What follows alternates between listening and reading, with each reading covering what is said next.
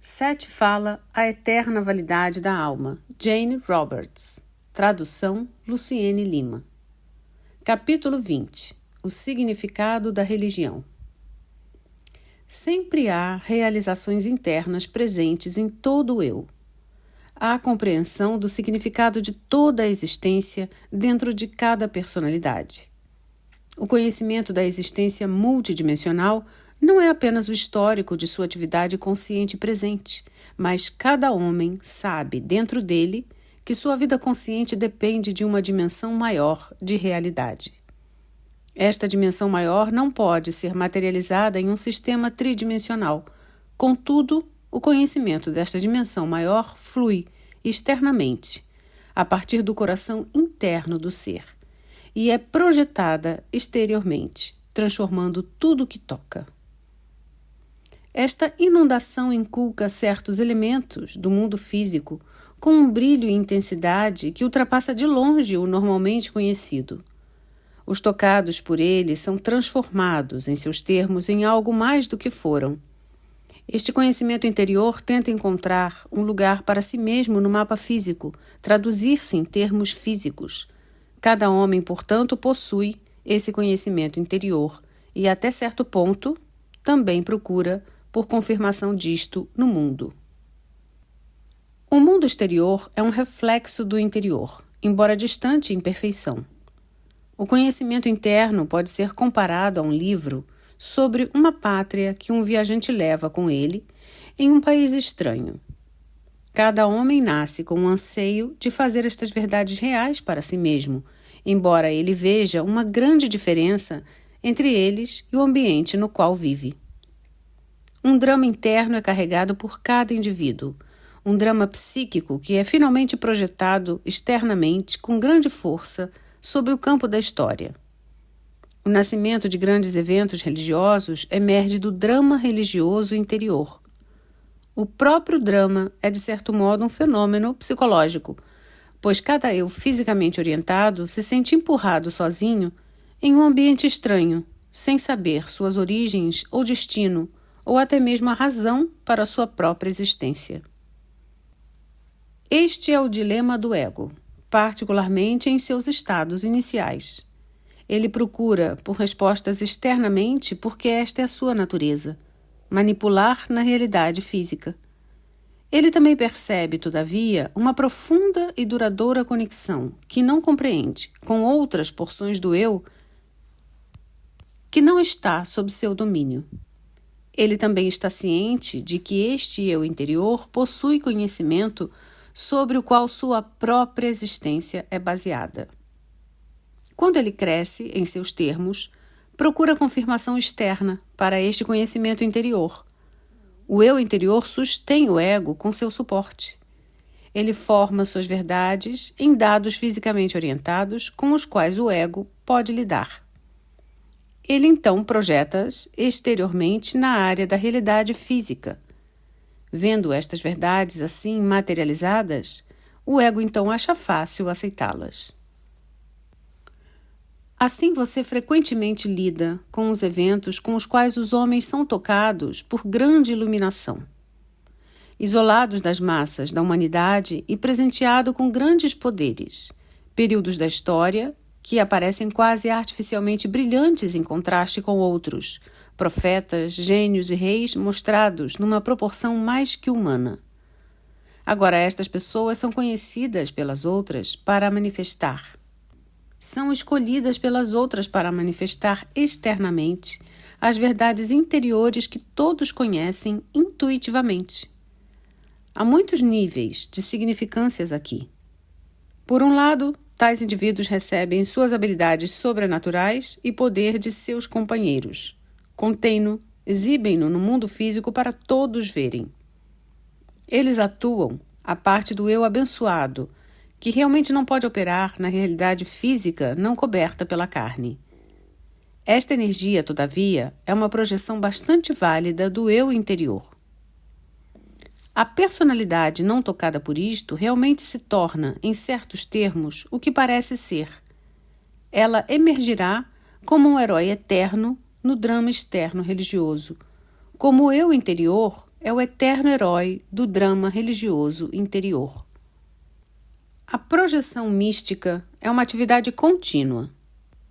Quando a força de uma grande religião começa a diminuir e seus efeitos físicos são minimizados, então o drama interno começa, outra vez, a se acelerar.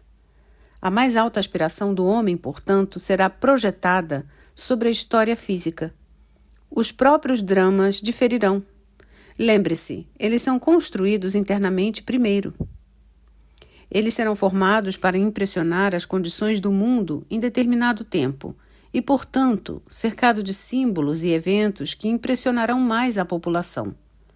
Isto é feito astuciosamente, pois o eu interior sabe exatamente o que impressiona o ego e que tipos de personalidades serão as melhores para personificar a mensagem em determinado tempo. Quando tal personalidade aparece na história, então, ela é intuitivamente reconhecida, pois o modo já estava assentado, e em muitos casos as profecias anunciando tal chegada já foram dadas. Os indivíduos escolhidos não aparecem simplesmente entre vocês. Eles não são escolhidos aleatoriamente. São indivíduos que tomaram sobre si a responsabilidade por este papel. Após seu nascimento, ficaram cientes da variação de nível de seus destinos, e certas experiências instigantes podem, a tempos, levantar-se em sua memória completa. Eles servem bastante claramente como representações humanas do tudo que é. Agora, uma vez que cada indivíduo é uma parte do tudo que é, até certo ponto, cada um de vocês serve a este mesmo papel. Em tal drama religioso, porém, a personalidade principal é muito mais cônscia de seu conhecimento interior, mais cônscia de suas habilidades, muito mais capaz de usá-las e exultantemente familiar com sua relação com toda a vida.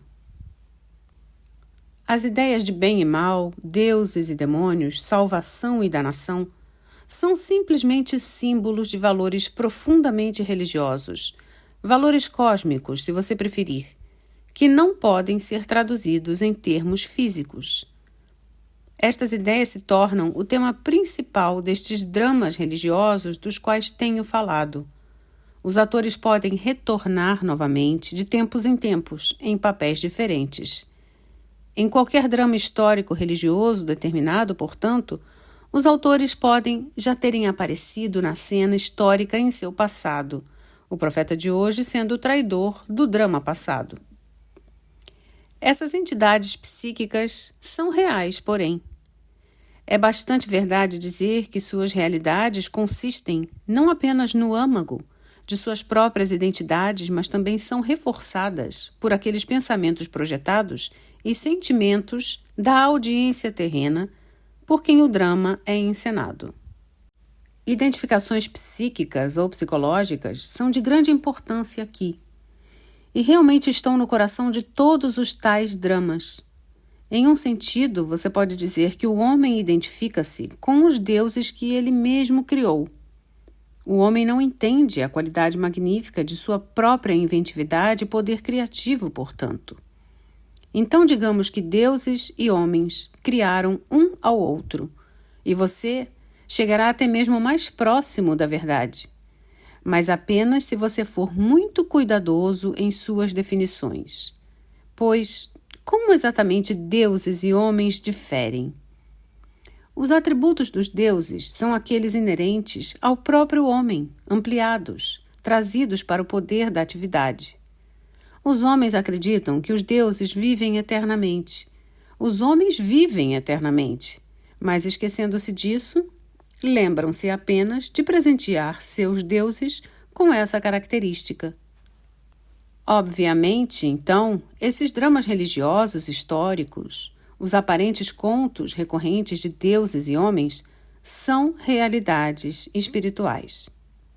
Atrás dos atores nos dramas, há entidades mais poderosas que estão bastante além da atuação do papel. As próprias peças, então, as religiões que resvalam através das eras, estas são simplesmente peças, embora auxiliares, Atrás do quadro de bem e mal está um valor espiritual muito mais profundo. Todas as religiões, porém, enquanto tentam agarrar a verdade, têm que, a algum amplo grau, temer sua sempre intangibilidade. O eu interior sozinho, no descanso, na meditação, pode ocasionalmente vislumbrar porções destas realidades internas que não podem ser expressas fisicamente. Estes valores, intuições ou insights são dados, a cada qual, de acordo com o seu entendimento, e assim as histórias contadas sobre eles frequentemente variarão. Por exemplo, o personagem principal em um drama histórico religioso pode estar ou não conscientemente ciente dos modos pelos quais tais informações são dadas a ele. E ainda pode parecer que ele sabe, pois a natureza da origem do dogma será explicada em termos que este sujeito principal possa entender. O Jesus histórico sabia quem ele era, mas também sabia que ele era uma das 3 personalidades compondo uma entidade. Numa grande extensão, ele compartilhou da memória dos outros 2. A terceira personalidade, mencionada muitas vezes por mim, em seus termos, ainda não apareceu, embora sua existência tenha sido profetizada como a segunda vinda. Agora, estas profecias foram dadas em termos da cultura corrente naquele tempo e, portanto, enquanto o estágio foi estabelecido, as distorções são lamentáveis, pois o Cristo não virá no fim de seu mundo como as profecias têm mantido. Ele não virá para recompensar os justos e mandar os transgressores para a maldição eterna. No entanto, ele começará um novo drama religioso. Uma certa continuidade histórica será mantida. Como aconteceu uma vez antes, porém, ele não será conhecido amplamente por quem é. Não haverá proclamação gloriosa a qual todo o mundo reverencie. Ele retornará para fortalecer o cristianismo, que estará numa desordem no tempo de sua chegada, e para estabelecer um novo sistema de pensamento quando o mundo estiver severamente precisando de um. Por aquele tempo, todas as religiões estarão em severa crise. Ele balançará as organizações religiosas, não unindo-as. A mensagem dele será aquela da relação individual com o tudo que é. Ele estabelecerá claramente métodos pelos quais cada indivíduo possa atingir um estado de contato íntimo com sua própria entidade, a entidade, até certo ponto, sendo o mediador do homem com o tudo que é. Por 2075, tudo isto já terá sido realizado. O nascimento ocorrerá no tempo determinado. As outras mudanças ocorrerão geralmente no período de um século, mas os resultados se mostrarão muito antes daquele tempo. Por causa da natureza plástica do futuro, em seus termos, a data não pode ser considerada final. Todas as probabilidades apontam para esta direção, porém, pois o impulso interno já está formando os eventos. Você pode fazer uma anotação aqui de que Nostradamus viu a dissolução da Igreja Católica de Roma como o final do mundo. Ele não poderia imaginar a civilização sem ela. Consequentemente, muitas de suas predições deveriam ser lidas com isso em mente. A terceira personalidade de Cristo realmente será conhecida como a grande psique, pois será ele quem ensinará a humanidade a usar estes sentidos internos que sozinhos fazem a verdadeira espiritualidade possível. Homicidas e vítimas trocarão os papéis quando as memórias reencarnacionais se levantarem para a superfície da consciência.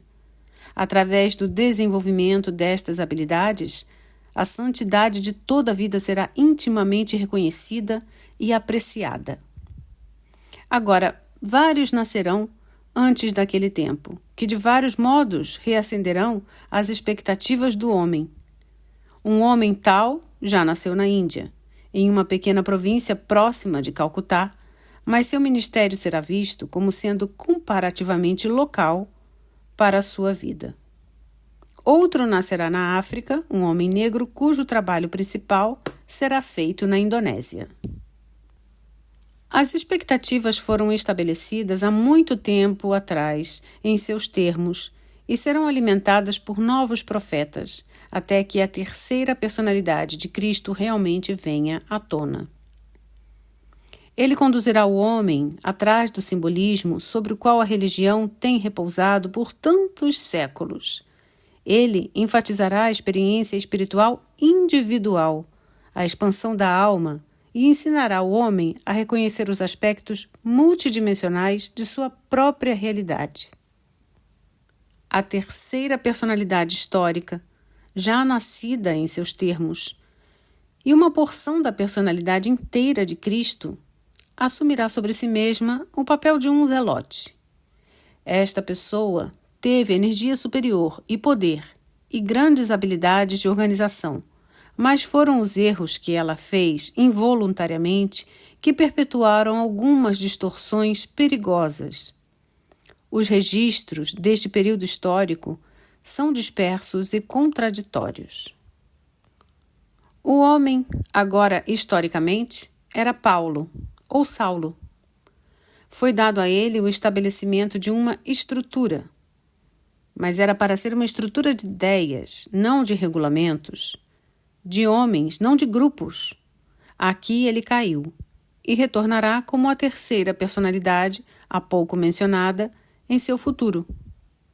A este respeito, porém, não há 4 personalidades. Agora, Saulo foi para grandes distâncias para estabelecer-se como uma identidade separada. Suas características, por exemplo, eram aparentemente bastante diferentes dessas do Cristo histórico. Ele foi convertido em uma intensa experiência pessoal. Um fato que foi impressivo para ele no aspecto pessoal e não no organizacional. Ainda, algumas façanhas dele em sua vida inicial foram atribuídas ao Cristo, não como um homem jovem, mas antes. Todas as personalidades têm livre vontade e trabalham seus próprios desafios. O mesmo se aplicava a Saulo. Porém, as distorções organizacionais também foram necessárias na estrutura da história, como os eventos são entendidos.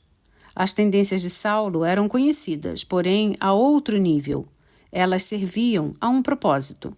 É por esta razão, portanto, que ele emergirá uma vez mais, dessa vez para destruir estas distorções.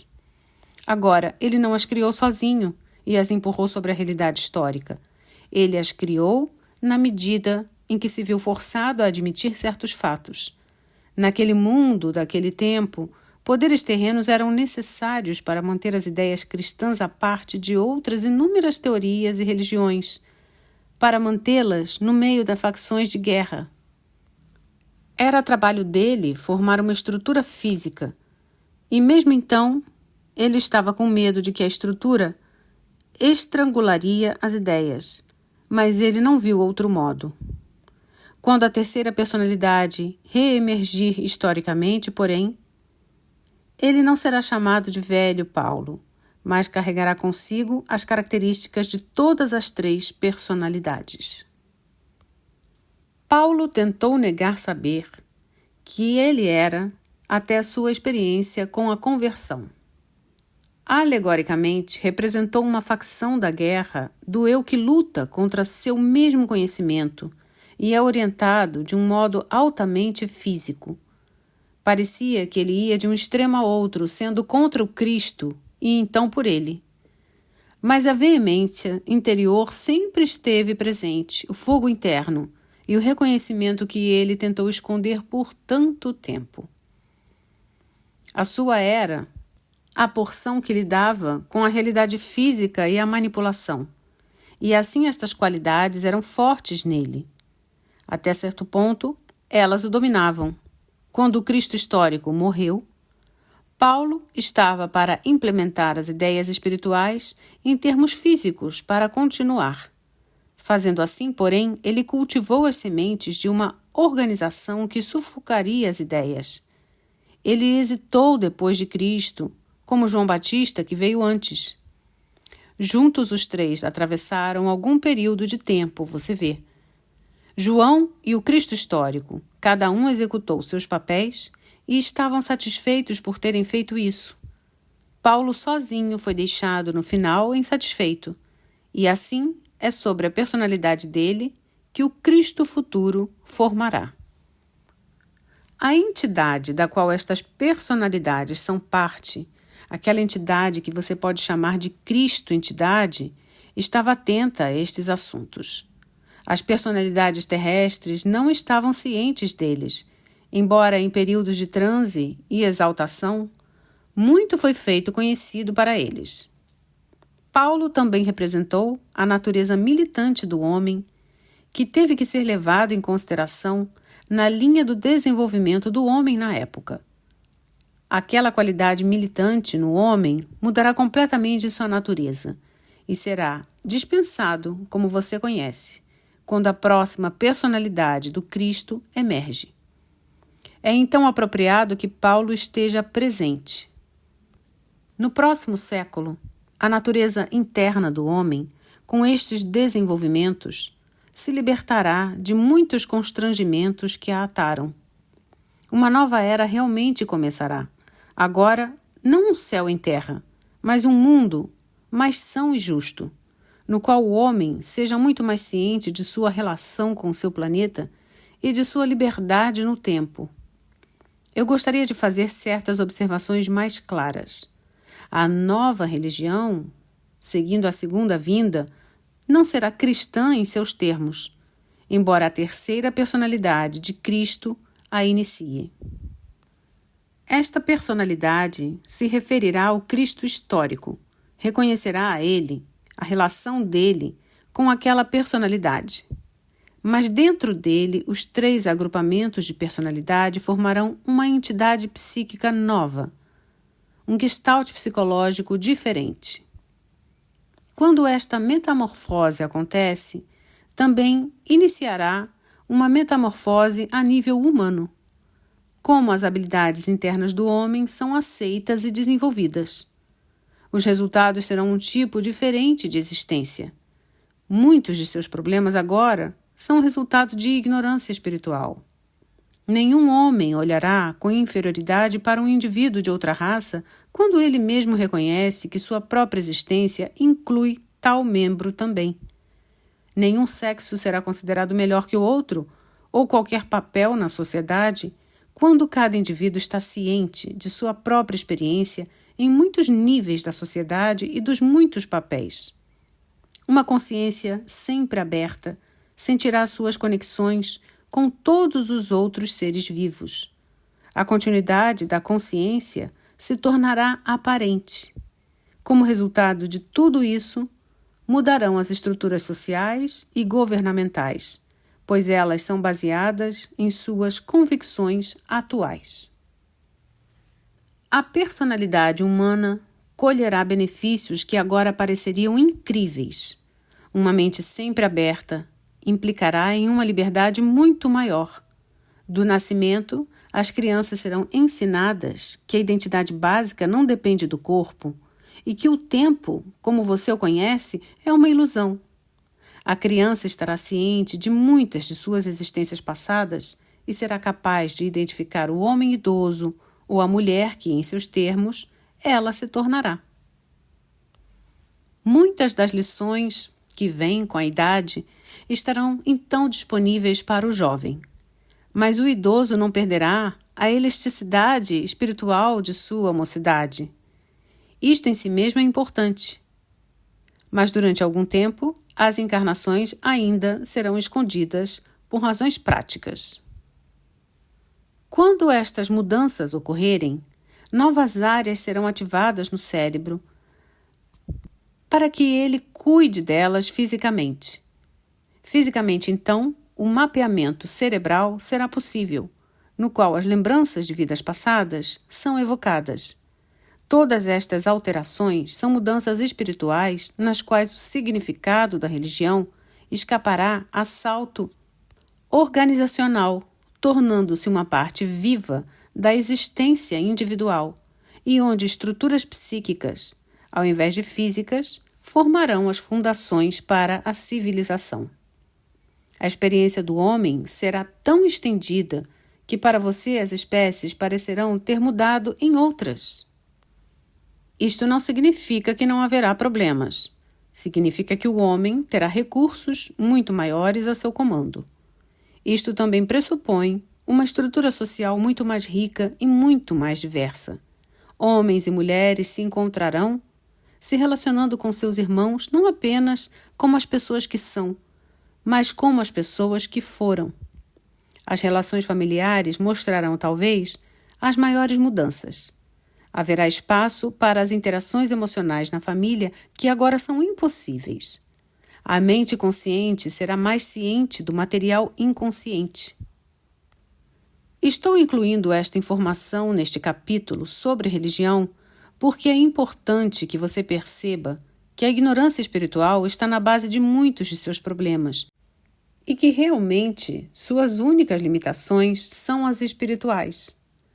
A metamorfose mencionada anteriormente sobre a parte da terceira personalidade terá tal força e poder que convocará de dentro do gênero humano estas mesmas qualidades de dentro dela mesma. As qualidades sempre estiveram presentes.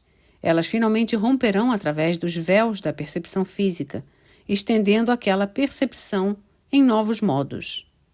Agora, ao gênero humano, falta tal foco. A terceira personalidade representará aquele foco. Não haverá, incidentemente, nenhuma crucificação naquele drama. Aquela personalidade realmente será multidimensional, ciente de todas as suas encarnações. Não será orientada em termos de um sexo, uma cor ou uma raça. Então, pela primeira vez, ela romperá, através dos conceitos terrestres da personalidade, uma personalidade liberta. Ela trará a habilidade de mostrar estes efeitos diversos como escolher. Haverá muitos que terão medo de aceitar a natureza da própria realidade ou de ser mostrado as dimensões da verdadeira identidade. Por razões como mencionado por Hubert, não quero dar mais nenhuma informação detalhada sobre o nome que será usado ou sobre a terra de nascimento. Muitos poderiam ser tentados a pular naquela imagem prematuramente. Os eventos não são predestinados. A estrutura para este aparecimento já foi estabelecida, porém, dentro de seu sistema de probabilidades. O aparecimento desta terceira personalidade afetará diretamente o drama histórico original do Cristo, como agora é conhecido. Há e deve haver interações entre eles. Os dramas religiosos exteriores são, é claro, representações imperfeitas das realidades espirituais que se desenrolam continuamente. As várias personagens, os deuses e profetas, na história religiosa, estes absorvem as projeções interiores da massa, jogadas por aqueles que habitam uma determinada medida de tempo. Tais dramas religiosos focam, se dirigem e esperançosamente clareiam aspectos da realidade interior que precisa ser fisicamente representada. Estes não aparecem apenas em seu próprio sistema. Muitos também são projetados em outros sistemas de realidade. Porém, a religião, por si, sempre é a fachada externa da realidade interna. A existência espiritual primária sozinha dá significado à física. Nos termos mais reais, a religião deveria incluir todas as perseguições do homem na procura dele pela natureza, do significado e da verdade. A espiritualidade não pode ser algo isolado, uma atividade especializada ou característica. Dramas religiosos exteriores são importantes e valiosos apenas a extensão em que refletem fielmente a natureza da existência espiritual interna, privada. A extensão em que um homem sente que sua religião expressa tal experiência interior, ele sentirá que ela é válida. A maioria das religiões por si, porém, estabelece certos grupos permissíveis de experiências, enquanto nega outros. Eles se limitam, aplicando os princípios da santidade de vida a apenas as suas próprias espécies e, frequentemente, para grupos altamente limitados dentro dela. Em nenhum momento, qualquer igreja determinada é capaz de expressar a experiência interior de todos os indivíduos. Em nenhum momento, qualquer igreja se pegará na posição na qual pode efetivamente reduzir a experiência interior de seus membros. Ela apenas parecerá fazer isso. As experiências proibidas simplesmente serão expressas inconscientemente, reunidas fortemente e com vitalidade, e se elevarão para formar uma projeção contada, que irão então formar outra, novos dramas religiosos exteriores.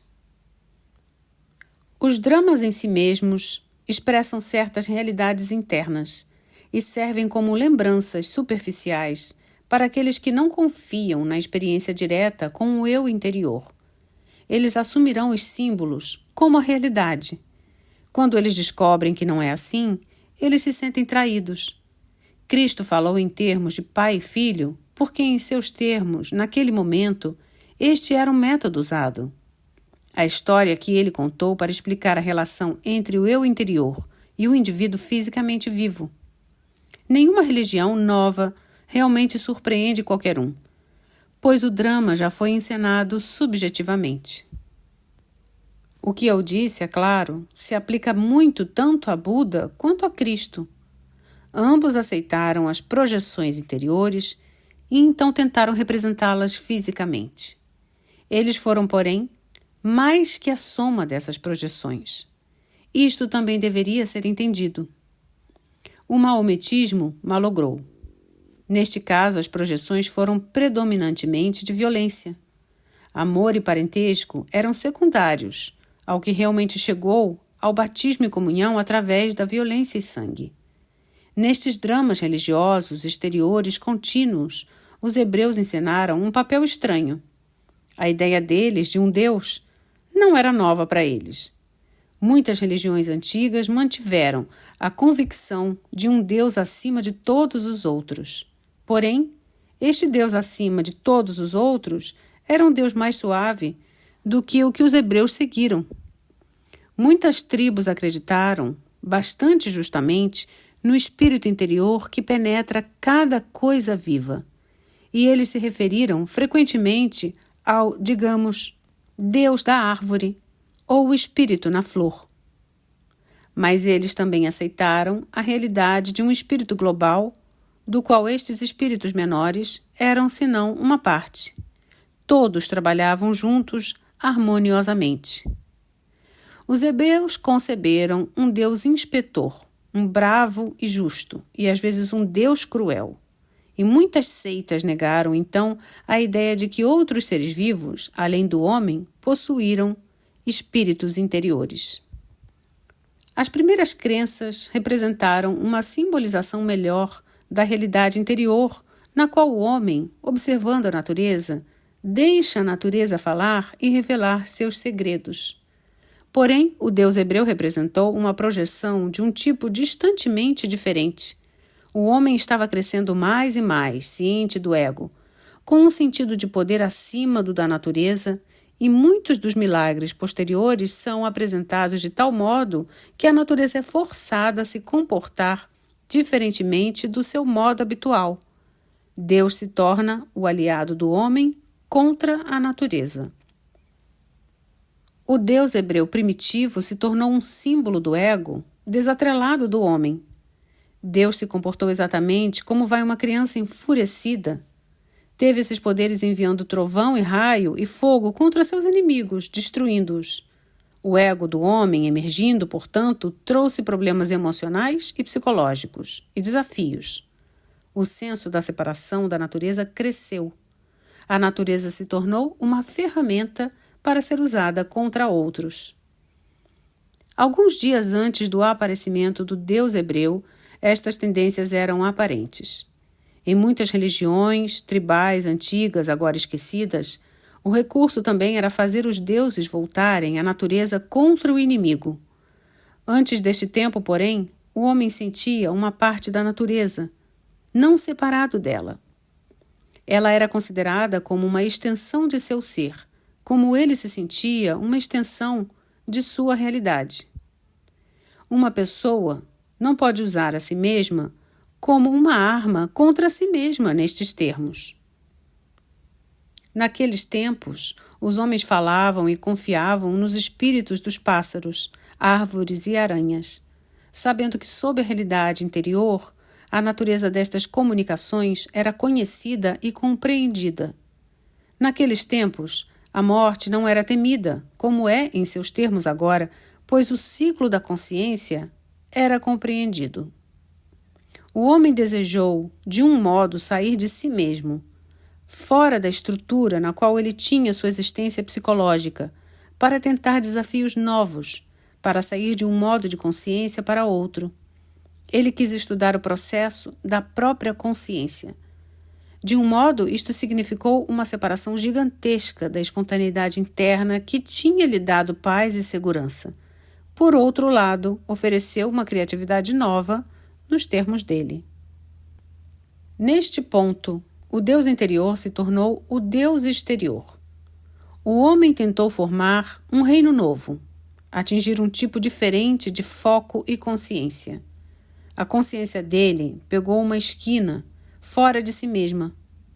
Para fazer isso, ele se concentrou cada vez menos e menos na realidade interior, e então começou o processo da realidade interior apenas como se ela fosse projetada externamente no mundo físico. Antes, o ambiente era criado sem esforço e percebido pelo homem e todos os outros seres vivos, conhecendo a natureza da unidade interna deles. Para começar esta nova aventura, era necessário fingir que esta unidade interna não existiu. Caso contrário, o novo tipo de consciência sempre correria atrás de sua casa por segurança e conforto.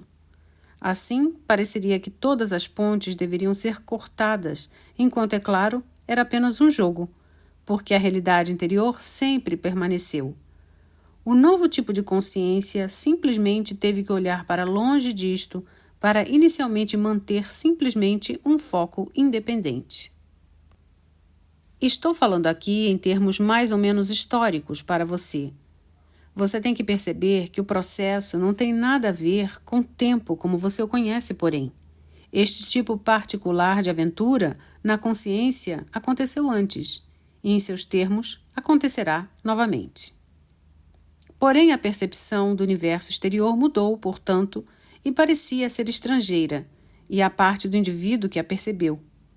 Então, Deus se tornou uma ideia projetada externamente, independente do indivíduo, divorciado da natureza. Ele se tornou a reflexão do ego desenvolvido do homem, com todo o seu brilho, selvageria, poder e intenção de domínio. A aventura foi altamente criativa, apesar das desvantagens óbvias, e representou uma evolução de consciência que enriqueceu a experiência subjetiva do homem e realmente acrescentou as dimensões de realidade a si mesma. Para ser organizada efetivamente, porém, a experiência interna e externa teve que aparecer como separada, eventos desconectados. Historicamente, as características de Deus mudaram como o ego do homem mudou. Porém, estas características do ego foram apoiadas por mudanças internas fortes. A propulsão original das características internamente externas na formação do ego poderia ser comparada com o nascimento de estrelas inumeráveis, um evento de consciências imensuráveis que se originaram em um nível subjetivo e dentro de realidade interna. Então, o ego, nascido de dentro, sempre tem que ostentar sua independência enquanto mantém a certeza resmungona de sua origem interna. O ego temeu por sua posição, amedrontou-se pelo fato de que isto pudesse dissolvê-lo no eu interior do qual ele veio.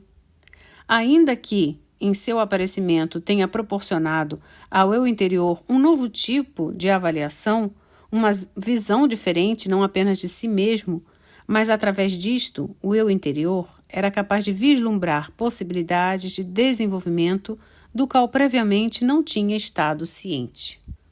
Em seus termos, pelo tempo de Cristo, o ego estava seguro bastante de sua posição de forma que o quadro projetado de Deus poderia começar a mudar. O eu interior é um estado de crescimento constante. A porção interna de cada homem, então, projetou este conhecimento externamente. A necessidade psicológica e espiritual das espécies exigiu alterações interiores e exteriores de grande importância. Qualidades de compaixão e compreensão que foram enterradas agora poderiam vir à tona.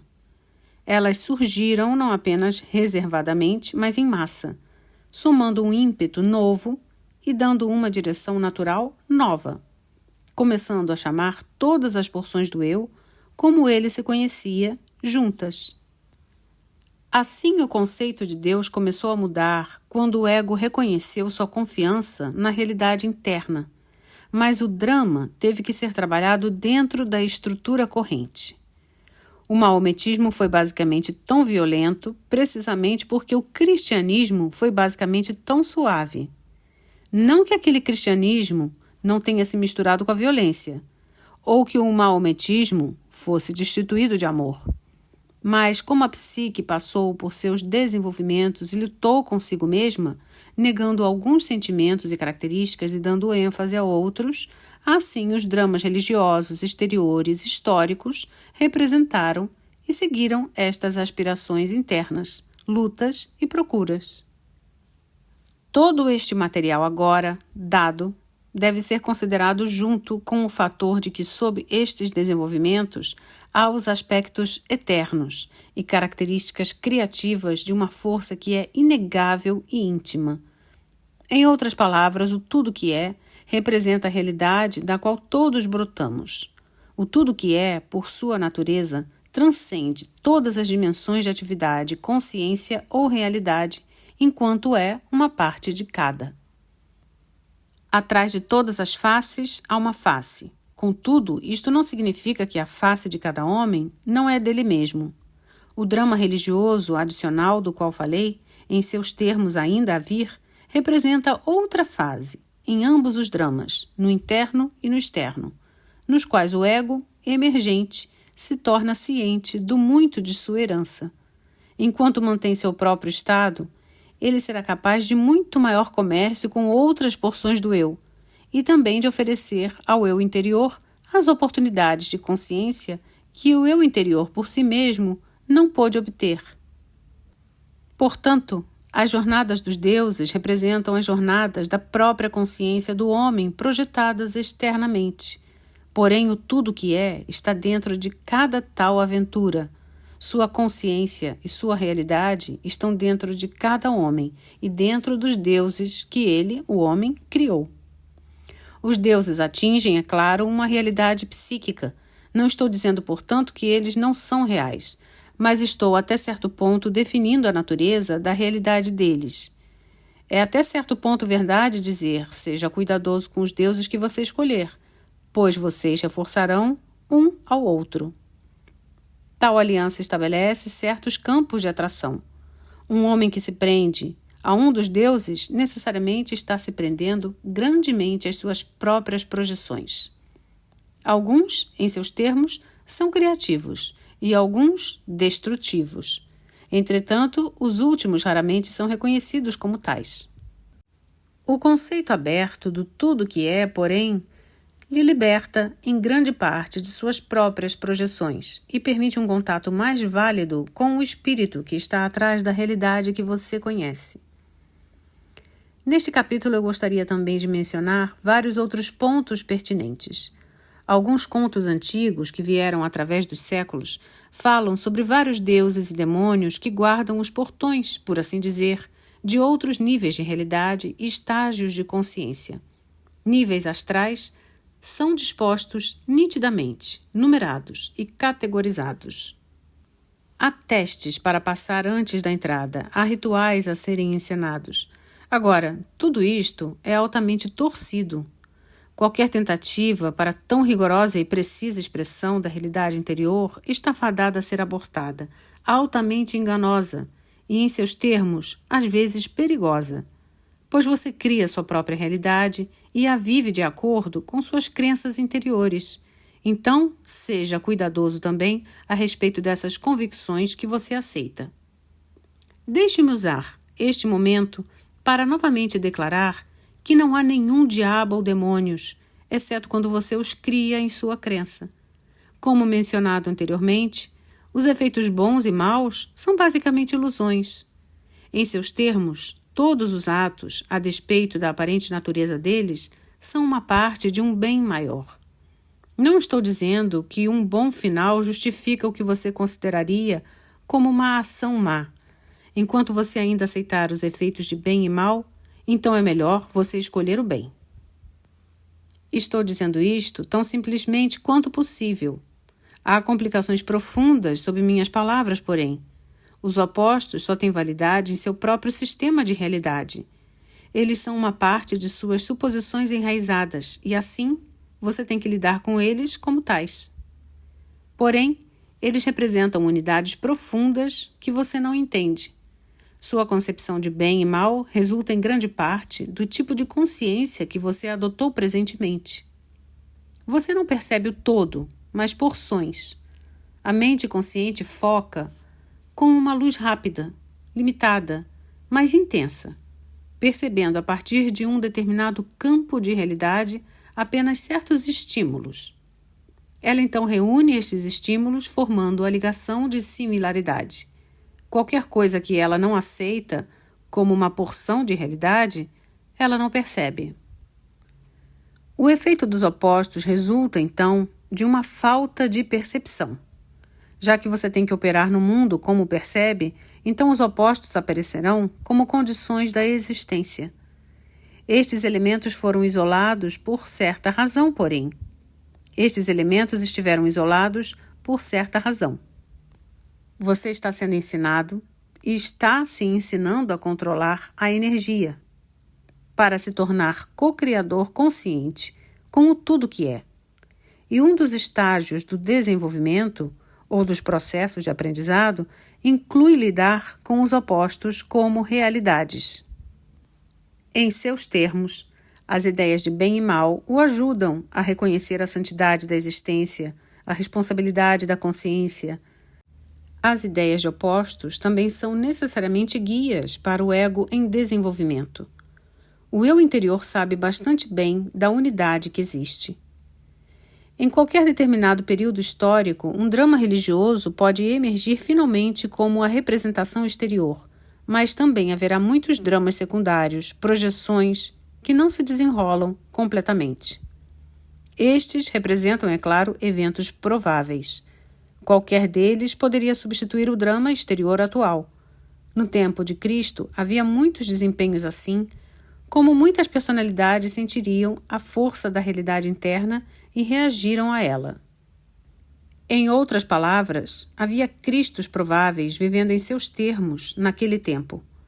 Por várias razões que não mencionarei aqui, estas projeções não refletiram eventos internos fielmente o bastante. Porém, havia um número de homens na mesma área geral, fisicamente, que respondeu ao clima psíquico interior, sentiu sobre si mesmos a atração e responsabilidade do herói religioso. Alguns destes homens também foram tingidos, também pegos no tormento e fervor do período para se elevarem suficientemente sobre isto. As culturas os usaram. Eles não puderam usar as várias culturas como lançadoras para as ideias novas. Ao contrário, eles ficaram perdidos na história dos tempos. Alguns continuaram seguindo o mesmo padrão assumido pelo Cristo. Executaram feitos psíquicos e curas, tiveram grupos de seguidores e ainda não foram capazes de manter aquele foco poderoso da atenção psíquica que era tão necessária. O Deus de retidão, assim chamado, era uma pessoa tal, mas natureza, super zelosa, o manteve seguro. A rigidez dele preveniu a espontaneidade necessária para qualquer verdadeira grande liberação religiosa. ele caiu, ao contrário, na armadilha do provincianismo. Se ele tivesse executado o papel possível, ele poderia ter sido de benefício para Paulo. Ele era uma personalidade provável da porção de Paulo da entidade do Cristo, com o sentido de que Deus era uma porção da entidade provável que Paulo tinha como própria porção para representar o Cristo interno. Estes homens naturalmente entendiam suas partes neste drama e também sua posição no tudo que é. Eles eram todos altamente clarividentes e telepáticos, dadas as visões e a escutar vozes. Em seus sonhos, eles estavam em contato. Conscientemente, Paulo se lembrou de muitos destes sonhos, até que se sentiu procurado pelo Cristo. Por causa de uma série de sonhos recorrentes, Paulo perseguiu os cristãos. Ele sentia que Cristo era um tipo de diabo que o procurava nos sonhos dele. Em um nível inconsciente, porém, ele sabia o significado dos sonhos e sua conversão. É claro, foi apenas um evento físico, seguindo uma experiência interior. João Batista, Cristo e Paulo estavam todos conectados no estado de sonho, e João estava bem ciente da existência de Cristo antes de Cristo nascer. Paulo precisava da força egotista mais forte por causa de seus deveres particulares. Ele estava muito menos ciente conscientemente de seu papel por esta razão. O conhecimento interior, é claro, explodiu na experiência de conversão física.